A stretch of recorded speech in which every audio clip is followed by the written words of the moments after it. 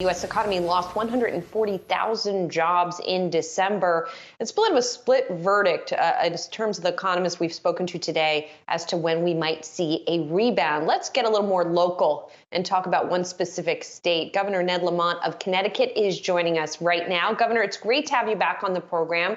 I was looking at some of the numbers for your state. Now, of course, it's lagging a little bit for the state data. But you guys in November, the state of Connecticut lost about 1,600 payroll jobs. Talk to me about what you're seeing there currently in terms of job growth and the general Connecticut economy. Good morning, Julie. Hey, guys. We kept most of our economy open throughout pandemic, in particular manufacturing and construction. So those jobs have been strong and continue to stay pretty strong, although we got hit in aerospace a bit, as you can imagine, with Pratt & Whitney and making jet engines. But it's the service sector where the jobs have taken a hit. And we're working really hard to keep our restaurants open. We have a shared work program, so if you can keep that waiter or waitress on half the time, we'll pay the other half of their salary, trying to get these businesses to stay open until we get on the backside of this pandemic. Governor Lamont, it's Myles here. I want to, speaking of the backside of that pandemic, I want to ask about the vaccine rollout in your state, how it's gone in the early going. If we've seen here in New York, at least, a couple of updates that I think are leaving some citizens confused about where things stand. I'm curious how things are going in Connecticut, and if you're pleased to date with the kind of plans you've put in place on priority of rolling it out and so forth. Yeah, Myles, we are pretty pleased. Today, we are going to vaccinate our last nursing homes. So everybody at the nursing homes that we can get to take the vaccine will have it.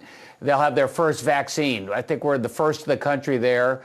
Our hospitals, our frontline workers, almost all of them have had their first vaccine. We ought to complete that over the course of the next 2 weeks or so. And now we're moving into what we call the essential workers, and they'll be launching with an on-demand service not provided by Roku in the next 2 or 3 weeks. Governor, as we were just speaking to you, we got a tweet from President Trump. He said he will not be going to the inauguration for now President-elect Joe Biden on January 20th. Your thoughts on that?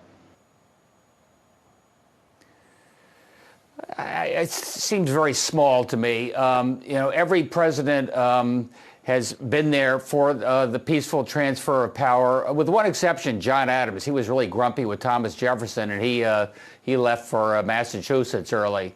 So it's a little disappointing, but not surprising.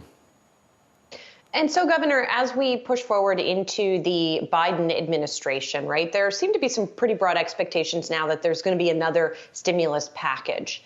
And as you communicate with the incoming administration and with members of Congress, what are you hoping for in terms of potential further stimulus to the states?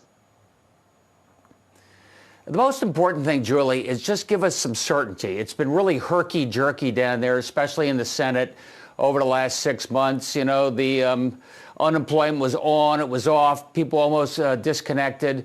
Give us a good 9-month glide path, because as you know, I think we can all suspect it's going to take a while longer to get through this going forward. And I'd prioritize, the paycheck protection. I really appreciate what they did there. Keep our small businesses on their feet. And yes, give the state and local governments a little bit of support, because our revenues have gotten hit, as you can imagine, and you don't want to sit around laying off policemen and firemen. Governor, last time we spoke to you, you mentioned you're open to legalizing marijuana in the state. And now in the state of the state, you mentioned it's time to get sports betting passed in your state. How are you going to get that done? And do you think that gets done this year? Yeah, one of the things we found is these state borders are sort of artificial. We learned that with COVID, that's for sure. Thinking about these on a regional basis.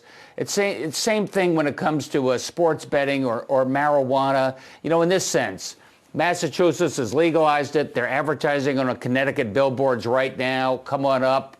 New Jersey has legalized it. New York is on the same path. We're not an island. We weren't an island when it came to COVID. We're not an island in terms of these other businesses. Same with sports betting. That's all around us. It's time for Connecticut to do it. Why surrender to out-of-state markets? And certainly, why surrender it to the underground market? And I guess especially at a time when the state needs all states need some revenue, it makes sense right now. Governor Ned Lamont, got to leave it there. It's great to see you as always. Be well, sir.